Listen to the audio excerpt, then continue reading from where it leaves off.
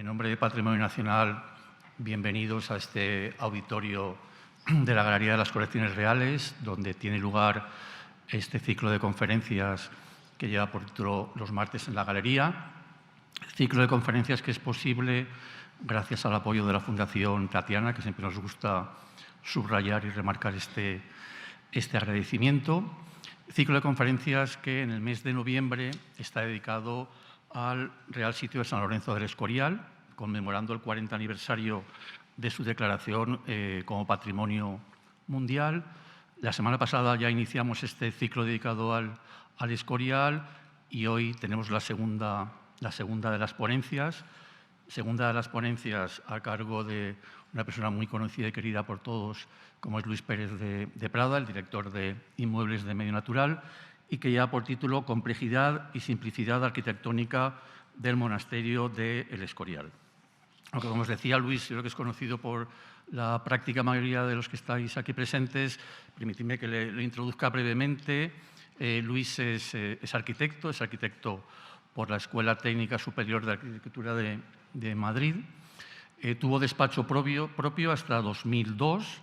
En dicho despacho realizó múltiples y diversos proyectos con las administraciones relacionadas con edificios singulares y con la vivienda de promoción pública. Muchas de estas obras fueron publicadas. En el año 93, Luis, de hecho, recibió el premio del Colegio de Arquitectos de Málaga en la categoría de espacios públicos, Colegio de Arquitectos del cual, de hecho, él fue vocal de Arquitectura y Cultura desde el 97 hasta el 99. Desde 2002, Luis se incorporó a Patrimonio Nacional y ha participado en múltiples obras de restauración, yo diría que en todos los reales sitios y todos los reales patronatos, y ha impulsado también diversos planes de conservación preventiva en estos recintos. Desde 2022 es el director, como comentaba al principio, de Inmuebles y Medio Natural, dirección que, entre otras muchísimas cosas, es responsable de la gestión y ejecución de los 37 proyectos que, con cargo a los fondos europeos, el famoso Plan de Recuperación, Resiliencia, Transformación y Resiliencia, que gestiona Patrimonio Nacional. Por lo tanto, un privilegio tener a Luis con todos nosotros. Luis, todo tuyo, y como intentamos ser siempre muy disciplinados y con los de la casa más todavía, sabes que tienes en torno a 45 o 50 minutos para luego pasar a intervenciones, a preguntas y acabar a una hora racional y civilizada. Muchas gracias. Buenas tardes. Muchísimas gracias, Enrique, por la presentación y muchísimas gracias a ustedes por la presencia en esta conferencia. También quiero agradecer especialmente a la Fundación Tatiana por la colaboración, la inestimable colaboración que presta para la celebración de estos ciclos de conferencias los martes en la Galería. El pasado 2 de noviembre fue el 40 aniversario de la declaración por la UNESCO del Escorial, del monasterio y el sitio del Escorial como Patrimonio Mundial. Como no podría ser de otra manera, Patrimonio Nacional, como gestor de este monumento, lo está celebrando durante este mes de noviembre. Para ello se han programado, a través también con la colaboración de la Delegación de Patrimonio Nacional en San Lorenzo del Escorial, multitud de actividades, desde conferencias a visitas especiales, singulares, incluso espectáculos de danza y actividades educativas. Y dentro de estas celebraciones se enmarca este ciclo de conferencias dedicadas a este excepcional monumento. Y el martes pasado tuvimos la ocasión de recibir una ponencia magnífica por parte de Laura de Miguel, que nos ilustró sobre lo que significa e implica la declaración de la UNESCO. Como decía Enrique, en la conferencia de hoy abordamos los aspectos arquitectónicos del monasterio del Escorial y en las dos siguientes lo que tiene que ver con la pintura y las decoraciones pictóricas también del propio monasterio. No creo que exista un edificio en España en el cual se haya analizado con mayor profundidad, que se haya escrito y dicho tanto sobre él, y además desde tantas perspectivas. No pretendo, por tanto, en esta breve conferencia aportar ninguna tesis novedosa, ningún análisis arquitectónico que no se haya realizado. Mi única pretensión es animarles a verlo con una nueva mirada, compartiendo con ustedes pues como decía Enrique, la experiencia de tantos años de un trabajo gratificante como arquitecto, restaurando el propio monumento. Aprovecho para decir, bueno, pues, algo que repito en ocasiones, ¿no? Las palabras que dijo Rafael Moneo. Doy gracias a la arquitectura porque me ha permitido ver el mundo con sus ojos. El monasterio del Escorial tiene un valor excepcional, lo sabemos sobradamente y así lo acredita la UNESCO.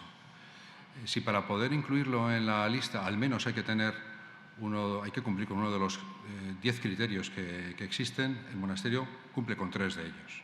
El primero, porque representa una obra maestra del genio creativo humano.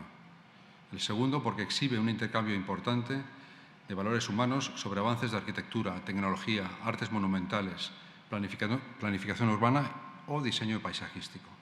Y el tercero de los criterios que cumple el monasterio es porque está asociado directa o tangiblemente con acontecimientos o tradiciones vivas, con ideas o creencias, con obras artísticas o literarias de excepcional trascendencia universal.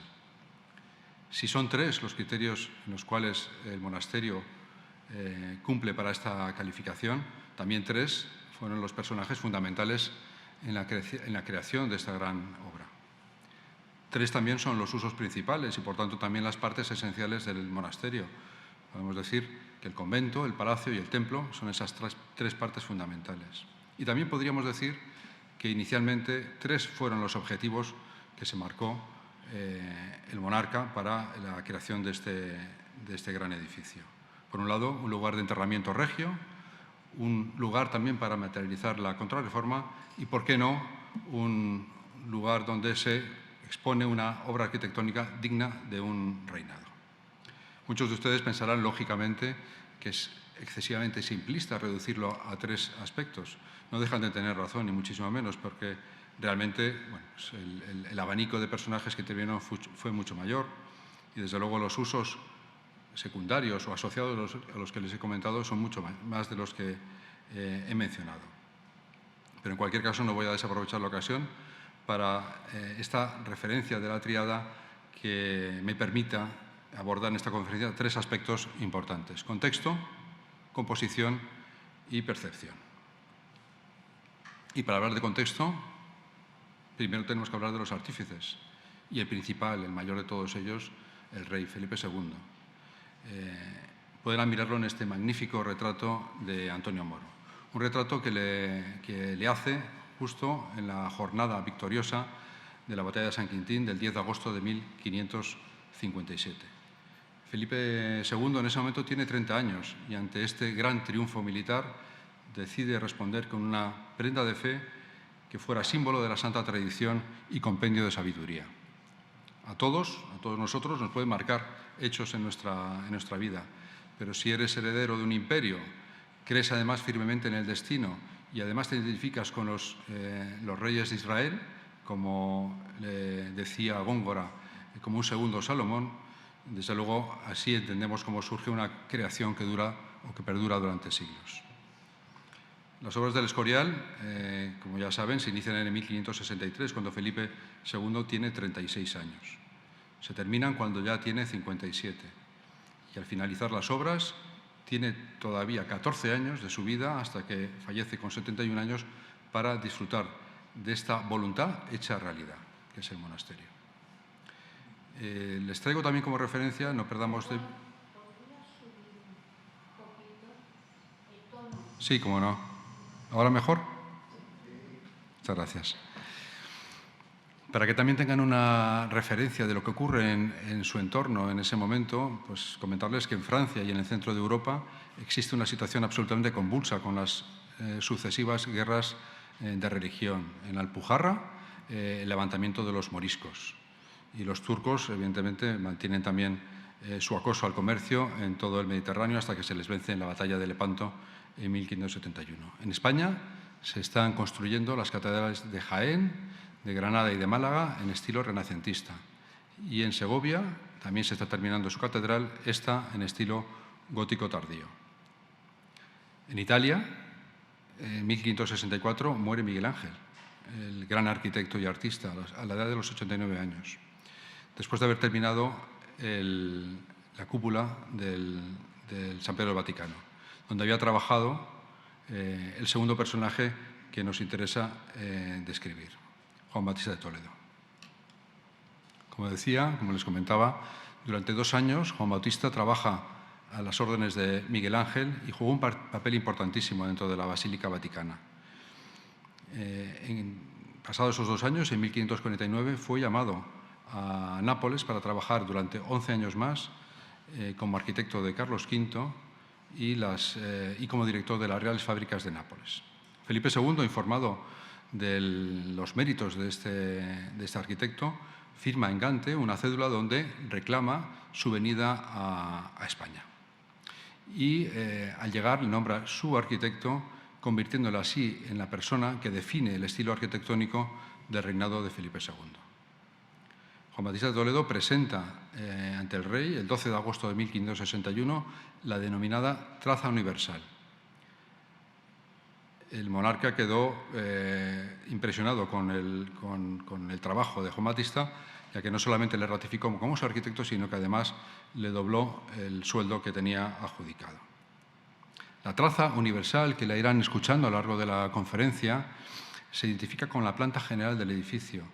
Es una planta en la cual se puede y permite organizar de forma clara los espacios del monasterio y permite además las variaciones que se fueron produciendo a lo largo de todo el proceso, acomodándola siempre, pero sin perder la vista de ese marco general que estaba establecido.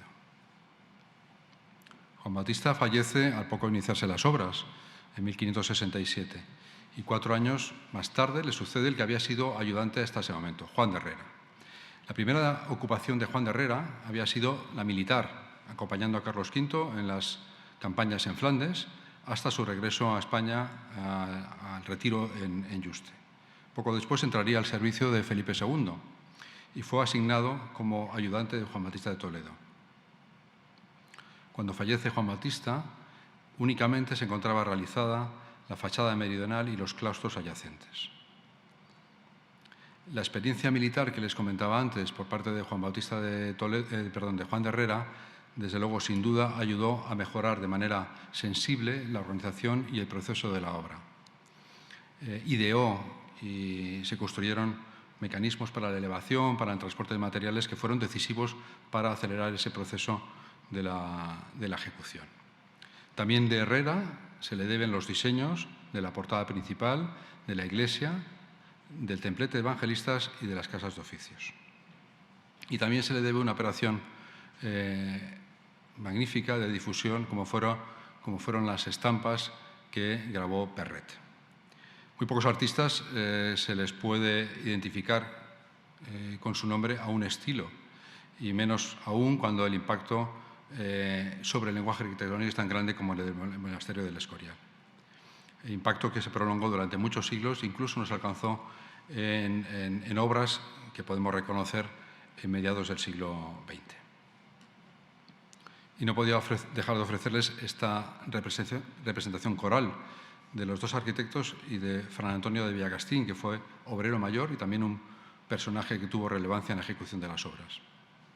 Los podemos ver en la espléndida decoración pictórica de la escalera principal del monasterio. Pero he preferido aportar en esta conferencia una imagen del cuadro de Brambilla frente a una fotografía que podría haberla mostrado igualmente. Y es por varias razones, pero básicamente porque me interesaba mucho el efecto de transparencia que nos transmite esta imagen y porque podemos apuntar cuestiones arquitectónicas que son interesantes, como es el efecto que produce la secuencia de espacios que tienen dimensiones, alturas e iluminación diferente. Otro personaje interesante durante todo el proceso, sin duda, es Fray José de Sigüenza, que describió la obra del Escorial en la historia de la Orden de San Jerónimo. Entre otras muchas cosas, porque relató prácticamente todo el proceso de obra, también abordó el coste económico que tuvo esa empresa en ese momento. Según nos dice Sigüenza, lo hace para satisfacer a los que ya en aquella época preguntaban nada más llegar: ¿cuánto habrá costado esta casa y lo que hay en ella? Y también nos dice que lo hace para dar gusto a los prudentes y también para desenconar los ánimos de aquellos que tienen atravesada el alma por causa de sus daños, pobrezas y tributos. Sobre este asunto les traigo como referencia un interesante artículo de José María Bringas que se publicó en 1963 en la Revista de Arquitectura del Colegio de Arquitectos de Madrid. El autor, en ese artículo, expone diversas consideraciones sobre el costo que tuvo la obra en su época. Analiza la situación económica del momento general, también analiza los impuestos y, por supuesto, el impacto y el beneficio que obtuvo en general en ese momento la sociedad al dar trabajo a más de 1.000 personas, a más de 1.000 obreros, la obra del Escorial. Según nos dice Sigüenza, el monto que supuso la construcción y la decoración alcanzó los 6 millones de ducados. Para obtener una equivalencia en pesetas, en el momento del artículo, en el año 63, Bringas hace una equivalencia de esos ducados a su peso en oro y obtiene que el peso total son 21 toneladas de oro. Yo únicamente por seguir a Sigüenza y satisfacer nuestra curiosidad, aunque también les digo con poca validez, les puedo dar el dato que la conversión del peso actual del oro significa unos 1.200 millones de euros. Y otra consideración importante para una obra de tal magnitud es, sin duda alguna, el lugar, el emplazamiento donde se va a colocar. En este caso, la búsqueda se alargó durante más de 3 años, hasta que al final se culminó en la Sierra de Guadarrama. Se buscó un lugar con una intención clara de que no existiera a su alrededor referencia alguna. Construido en medio de un desierto, como se calificaba en ese momento, no porque careciera de vegetación, sino porque no había efectivamente nada a su alrededor que pudiera tener en relación. Pero, sin embargo, un lugar donde había agua abundante y también había cercanía de canteras de granito y el bosque de madera de Balsaín, de tal manera que pudiera facilitarse la construcción de este gran monumento.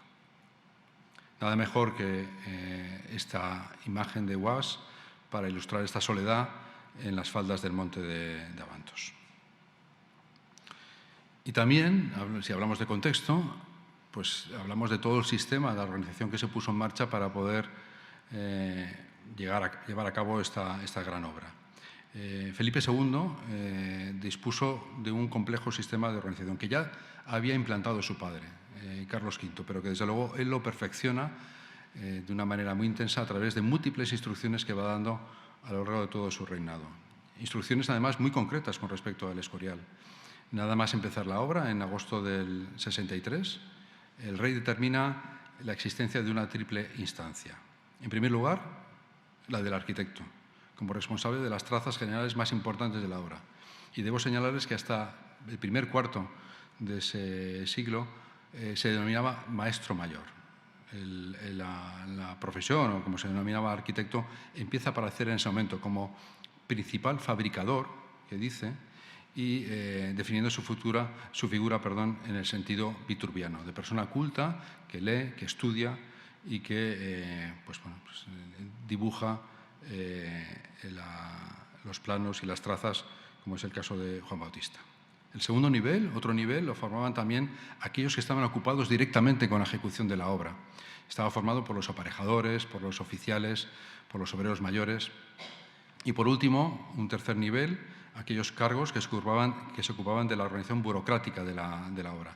Eran los contadores, los pagadores, los alguaciles, los tenedores de materiales, etc. Toda una amalgama de personal que se ocupaba de todo ello. De manera paralela a estos 3 niveles que les he mencionado, también aparece un delicado equilibrio que el rey quiso establecer entre el arquitecto y la denominada congregación. Congregación que estaba formada por el prior del propio monasterio y también por el vicario y otra serie de cargos burocráticos que les he mencionado. En el reparto de funciones, el rey deja clarísimo que las trazas, los dibujos con los que se construye el monasterio le corresponden al arquitecto, aunque él se reserva en última instancia el poder de modificarlas. Y la organización funcional de la obra le corresponde al prior y a esta congregación que he mencionado. En una nueva instrucción, pero ya con las obras avanzadas, se regula de manera exhaustiva esta figura del prior como responsable de la parte ejecutiva. Y aparece otro aspecto relevante que también me gustaría mencionarles. Hasta ese momento lo habitual es que las trazas, los dibujos que facilitaban la ejecución de la obra se hicieran en la misma obra. Sin embargo, Juan Bautista, por diversas razones, ya había solicitado que esas trazas se pudieran hacer en el antiguo Alcázar de Madrid. El rey se lo había aceptado y eso se consolidó durante pues el periodo en el cual Juan de Herrera ejerce como arquitecto. Eso nos da a entender el interés mayúsculo que tenía el rey por todo lo que significaba el desarrollo del proyecto, por los dibujos, hasta el punto que las famosas estampas de Perret las tenía colgadas en su propia antecámara.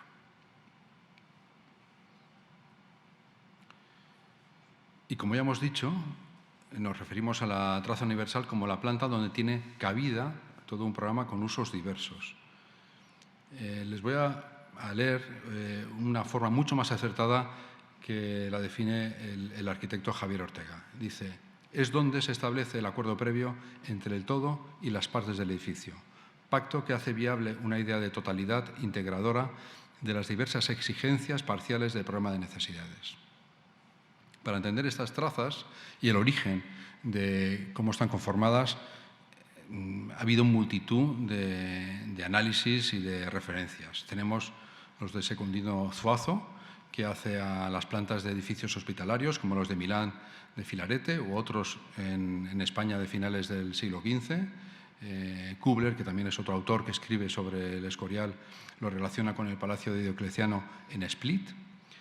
La siempre recurrente referencia al Templo de Salomón, según la interpretación que hace también en época Villalpando. Y no olvidemos la teoría de Fernando Chueca, el arquitecto, el profesor arquitecto, que lo denominaba proceso proyectivo. Y basaba el origen de la planta en la parte conventual, como ahora veremos a continuación. No nos debe extrañar la elección que hace el rey para la orden jerónima, puesto que ya había sido una orden especialmente favorecida por la monarquía. No olvidemos que su padre se retira al monasterio jerónimo de Yuste. El rey Felipe II, para definir el programa, reúne en el Escorial de abajo una primera comunidad muy reducida de 8 monjes, en los cuales participan el prior del monasterio de Guisando y el prior del monasterio de Montamarta, en Zamora, monasterio que se está ejecutando en ese momento. Los reúne para recabar su opinión, dado que ellos pues tenían conocimiento sobre la organización de los monasterios jerónimos. Y desde luego nos ayuda a entender cómo estaba organizado un monasterio si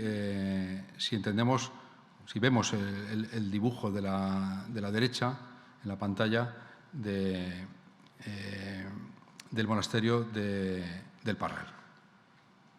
En este monasterio se perciben los 4 claustros en los cuales está organizado el monasterio, y por enumerarlos, el primero de ellos es el claustro principal, es el claustro donde se celebran los actos fundamentales de la congregación y donde se hacen los enterramientos también. Cercano a este claustro, pero más oculto, está siempre el claustro de la enfermería. Es el claustro que queda siempre en un segundo plano, en una situación esquinada, para hacerlo más inaccesible. Un tercer claustro es el de la hospedería, el que acoge a las personas que no forman parte de la congregación, pero que vienen a visitarles. Y, por supuesto, el claustro que organiza el acceso, el claustro de la portería, el acceso principal y distribuye los pasos. Por supuesto que en estos monasterios que se estaban construyendo o que ya estaban creados, es una organización mucho más orgánica. Cada uno de los claustros va creciendo en función de sus necesidades.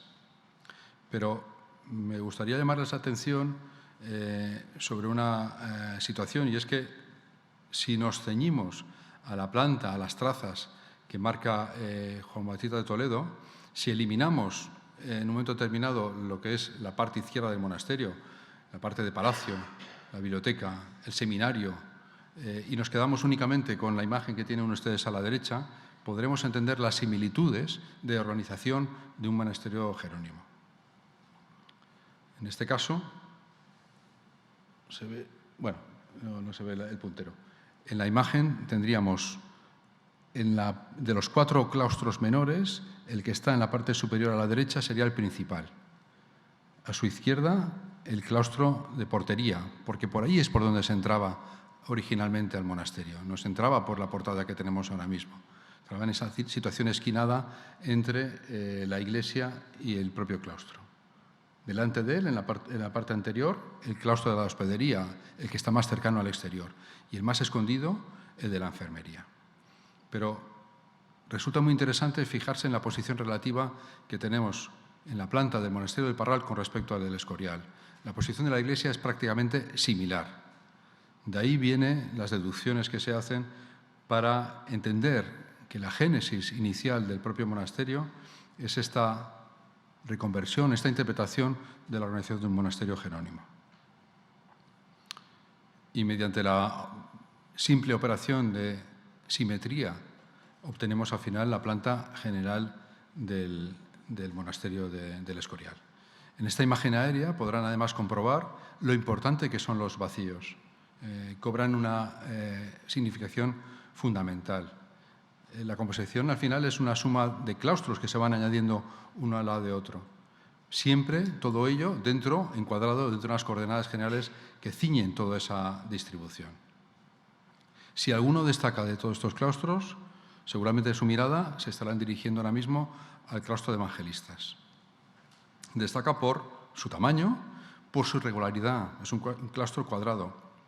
Se diseña con unas medidas de 300 por 300 pies. Son 210 pies de patio, más 45 que se le añade a cada lado de las crujías laterales.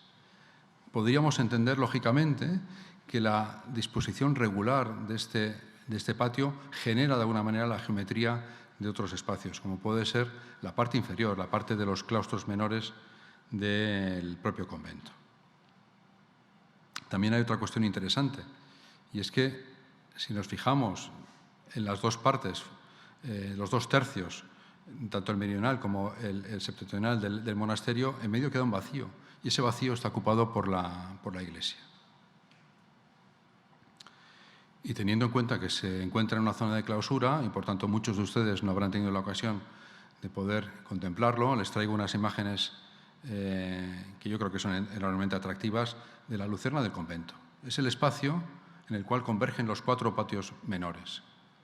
Realmente este espacio, esta lucerna, es otro patio más, pero en este caso, en vez de ser un patio descubierto, es un patio cubierto, que crea, por supuesto, una sorprendente arquitectura.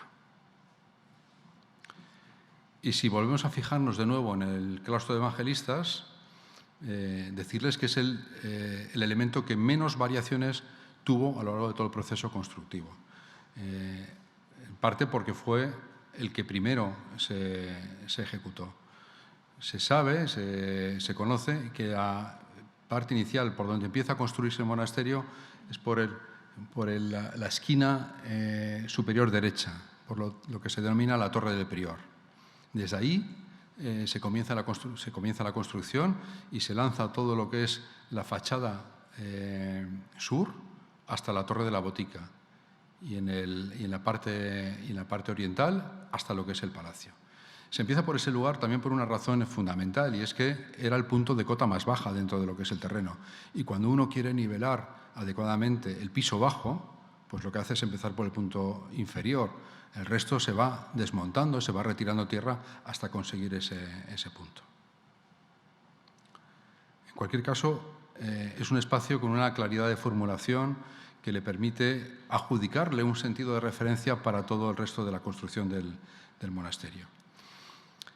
Y si entramos a analizar los órdenes arquitectónicos con los cuales se construye el lenguaje que vamos entendiendo la arquitectura renacentista, bueno, pues encontramos en este patio de evangelistas una lógica superposición del orden dórico con el jónico, que en su parte superior queda rematado por una balaustrada que está interrumpida por una serie de pedestales y bolas coincidentes con cada uno de los ejes de los pilares.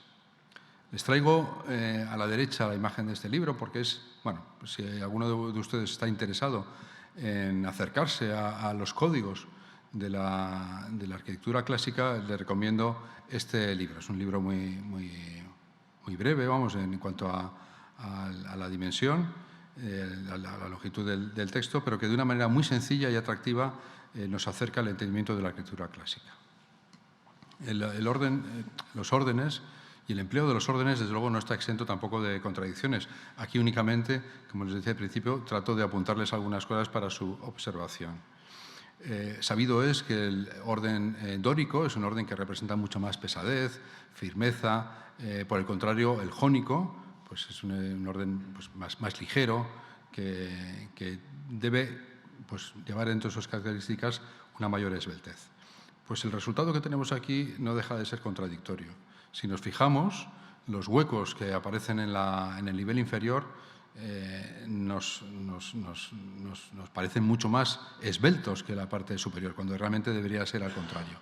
Eso, además, se incrementa por el retranqueo tan fuerte que se produce en el peto inferior. Sin embargo, en la parte superior, el peto del hueco queda prácticamente arrasado con él, con lo cual la imagen es totalmente distinta. Y por otro lado, también existe una situación que, como los arcos de medio punto deben ser de la misma dimensión para que al final todo quede alineado, resulta que la altura del fuste de la columna dórica, pues evidentemente tiene un mayor diámetro y una mayor dimensión, y queda una menor anchura hasta el inicio del hueco. Todo lo contrario de lo que ocurre en la parte superior, creando un efecto de mayor pesadez que no deja de ser contradictoria. Y dentro del patio, cómo no fijar nuestra atención a esta pieza, a esta magnífica pieza, que es el templete. Una pieza que se crea además de manera muy tardía, ya con el monasterio prácticamente terminado. Estamos hablando de finales del 86, de 1586, cuando Juan de Herrera diseña y construye esta pieza. Y les llamo la atención porque es una pieza realmente autónoma dentro de lo que es el patio. Un patio que además tiene una intensidad formal mayúscula, con lo cual, bueno, no es que entren en colisión, pero hay dos piezas ahí que tienen sus características en cuanto a la conjugación de ambas arquitecturas. Y como ya han apuntado muchísimos autores, ocurre en otros sitios del monasterio, siempre hay referencias con otras arquitecturas. Aquí las podemos tener con la propia cúpula de la iglesia. Por eso le traigo esta imagen donde se solapan ambas cúpulas, ¿no?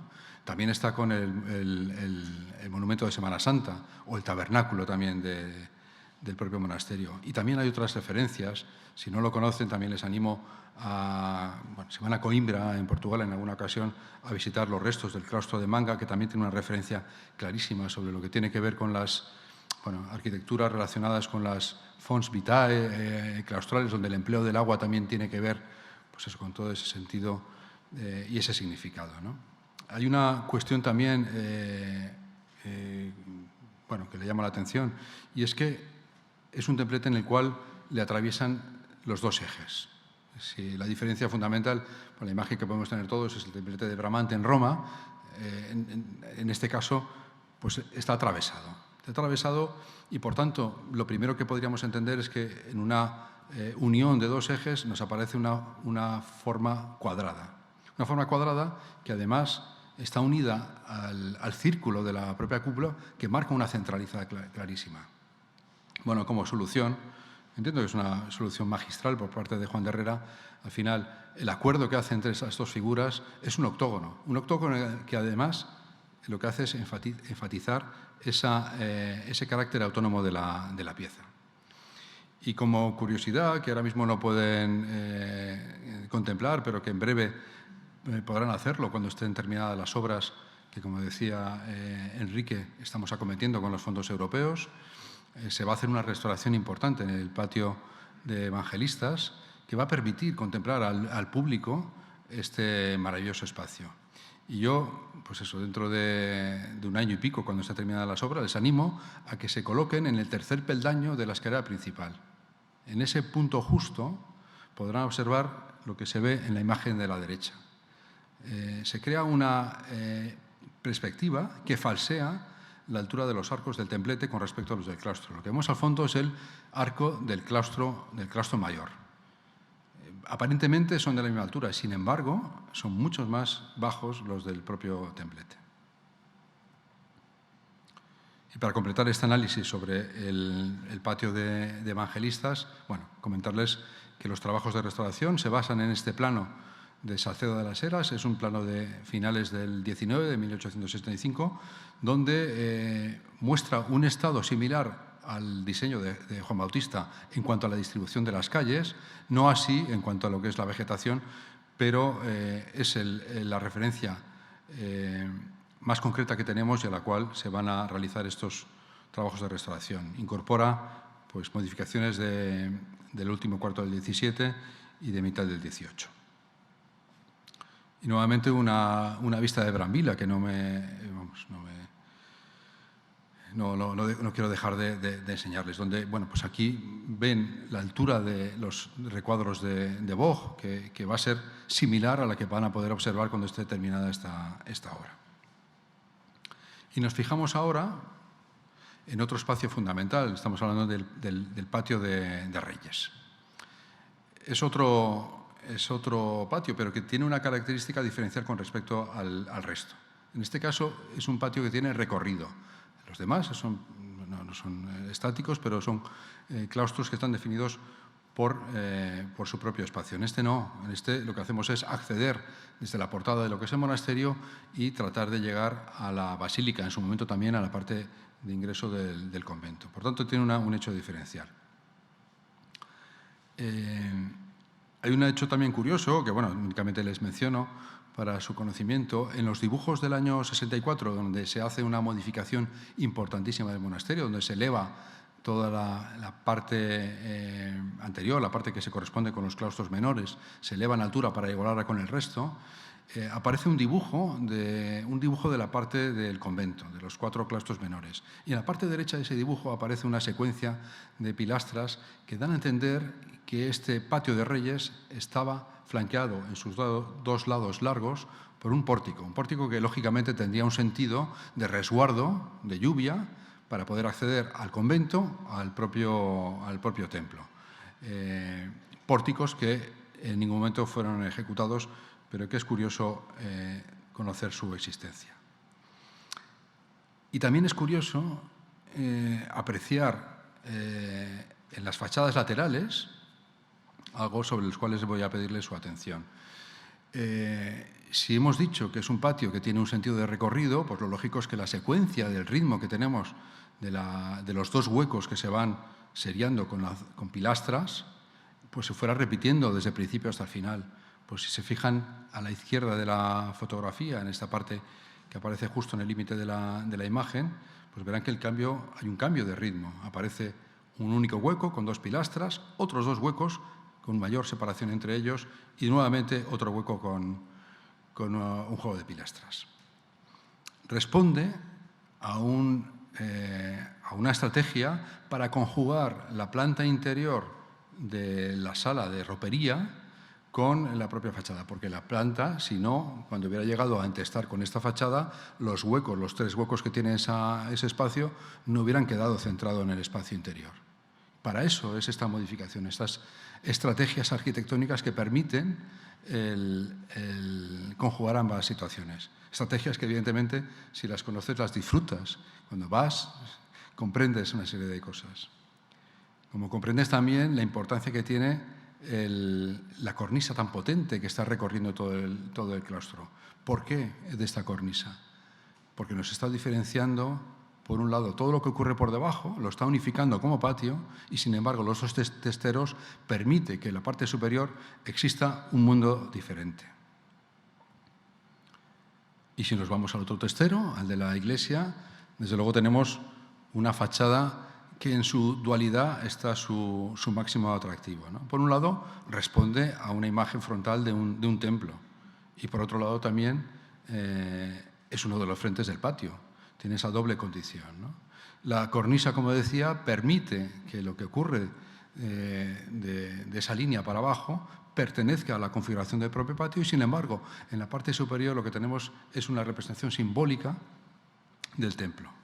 Y también nos fijamos en las 2 torres que pertenecen al templo, pero que, sin embargo, se diluyen porque no estamos viendo dónde se apoyan. Aparecen incluidas, inmersas dentro de la masa de edificación. Todo esto y muchas otras cosas hacen que esta fachada, desde luego, sea uno de los puntos de mayor intensidad compositiva del monasterio. Completando ya este análisis de manera rápida, otro espacio también significativo, la Galería de Convalecientes o los Corredores del Sol.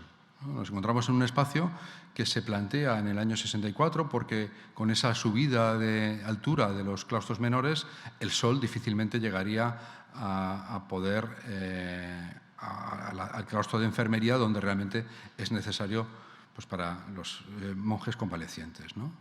Se plantea un elemento exterior como un apéndice, como un biombo, tal como lo denomina Chueca, que además permite introducir una separación entre la plaza exterior y los jardines de los frailes. En esta imagen, pues la parte superior realmente es la Galería de Convalecientes, galería que se conecta con la planta baja del monasterio. Ven también la importancia que le dan a la fachada sur de la fachada corta de la galería. Sin embargo, las otras dos en forma de L pues pierden incluso esa centralidad, colocando un pilar en el centro. Esa construcción inferior de esa otra zona porticada se debe a la necesidad de salvar la diferencia de cota con respecto a la plaza superior, creando un elemento con relación a los jardines de los frailes. Desde luego, el sacar fuera de lo que es la composición del monasterio libera de una situación que hubiera sido comprometida en cuanto a la composición de las fachadas. Y también, como curiosidad, que lo habrán podido observar, un encuentro extraño que nos hace dudar, ¿no? Porque realmente estas dos piezas se acercan al final con un tramo de muro de casi, bueno, no llega al metro, ¿no? Bueno, porque tienen que estar tan cercana a la planta del monasterio para que los monjes tuvieran el menor recorrido hasta llegar a la Galería de Convalecientes, ¿no? Y bueno, otra imagen de un cuadro de Guas donde, bueno, pues podemos ver, bajo mi punto de vista, esta pieza lo que permite es una transición entre la arquitectura del monasterio y la propia naturaleza, ¿no? Entre los jardines, el bosque y la propia arquitectura. Y recuperando ya en esta parte final de la conferencia la idea de triada que les comentaba al principio, en lo que se refiere a la presencia del monumento, podemos marcar tres componentes fundamentales para considerar o para definir lo que es la arquitectura del Escorial. En primer lugar, el lenguaje clásico calificado como desornamentado. En segundo lugar, la incorporación de las cubiertas empizarradas, inspiradas en la arquitectura flamenca y que además se materializan en aristas absolutamente pronunciadas, como podemos ver en todos los remates, en los remates de las torres, ¿no? Y el tercer recurso, también arquitectónico, que podemos observar analizando la planta, es lo que tiene que ver con la arquitectura hispano-musulmana, con esos recorridos en general quebrados. Pocos son los ejes longitudinales que tenemos. Generalmente los recorridos aparecen con quiebros. Y antes de terminar, una referencia a dos aspectos sobre los cuales la UNESCO les da grandísima importancia. Por un lado, la autenticidad del bien, porque el monasterio mantiene en toda su plenitud el diseño, la forma, el juego de los espacios abiertos, volúmenes cerrados, materiales y el espíritu, tanto del conjunto original de Felipe II como los creados por Carlos III. Y por otro lado, el segundo aspecto a los cuales se le da una importancia mayúscula es la integridad. La integridad que se mantiene tanto en el conjunto original formado por el edificio principal, monasterio, las dos casas de oficios, la Casa de la Compañía, como aquellos que fueron creados ya luego en tiempos de Carlos III, las dos casitas y la propia población de San Lorenzo del Escorial.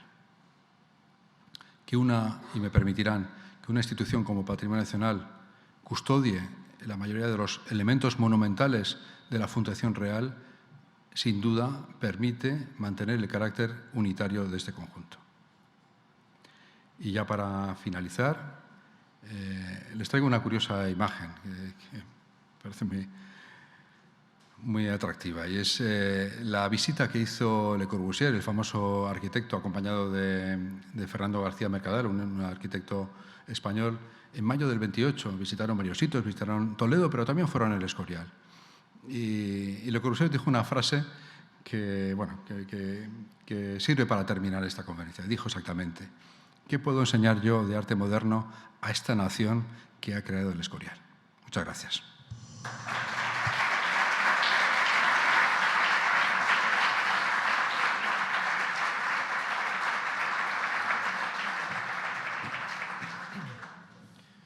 Pues súper puntual. Muchísimas gracias, Luis, por tu interesantísima presentación y encima por haberte ceñido tan escrupulosamente al horario disponible. Así que abrimos ahora un turno de preguntas, intervenciones. ¿Quién se anima en primer lugar? Hay un micro a su disposición.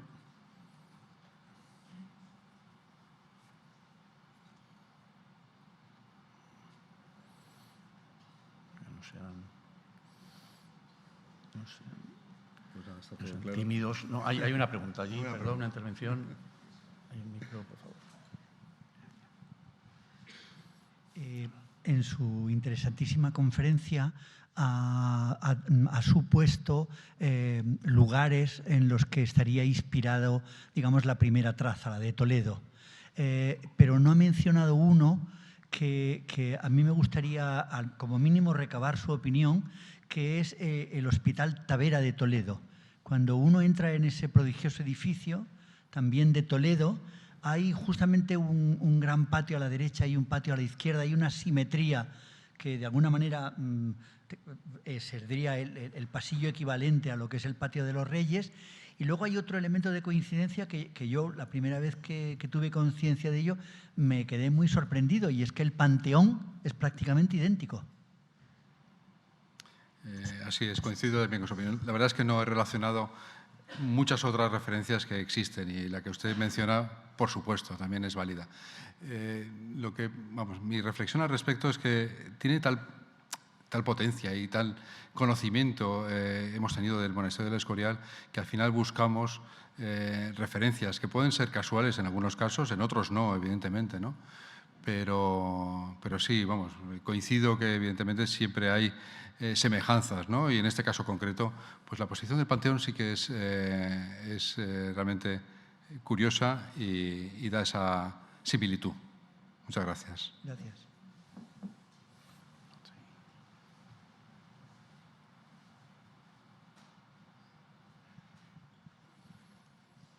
Hola, buenas noches. Ahora que veo la foto de Le Corbusier, me da curiosidad, siempre he pensado, igual no tiene mucha importancia, pero si esas bolas de granito tienen algún significado en especial o sencillamente son decorativas. Como dice, efectivamente es un significado de finalización, es un elemento de determinación. Es como si ponemos el punto de la I, básicamente. Cuando tienes un elemento vertical, para que ese elemento vertical no tiene una continuidad hasta el infinito, al final tiene que rematarse. Ocurre también con la arquitectura contemporánea, ¿no? Y en este caso, en la arquitectura clásica, estos elementos, no sé si calificarlos como decorativos, ¿no? Pero elementos más accesorios tienen esa función también importante, ¿no? Muchas gracias. Gracias. Muchas gracias. ¿Algún comentario, intervención más? Lo has dejado todo muy claro, Luis. Sí. Bueno, he tratado de, como les decía al principio, únicamente lo que trato es que vuelvan al Escorial. Es un lugar donde, pues muchas veces que lo visites nunca te cansas de observarlo, y que, a ser posible, lo miren de otra manera, que descubran cosas nuevas, que siempre hay esa oportunidad. Pues nada, muchas gracias. Gracias.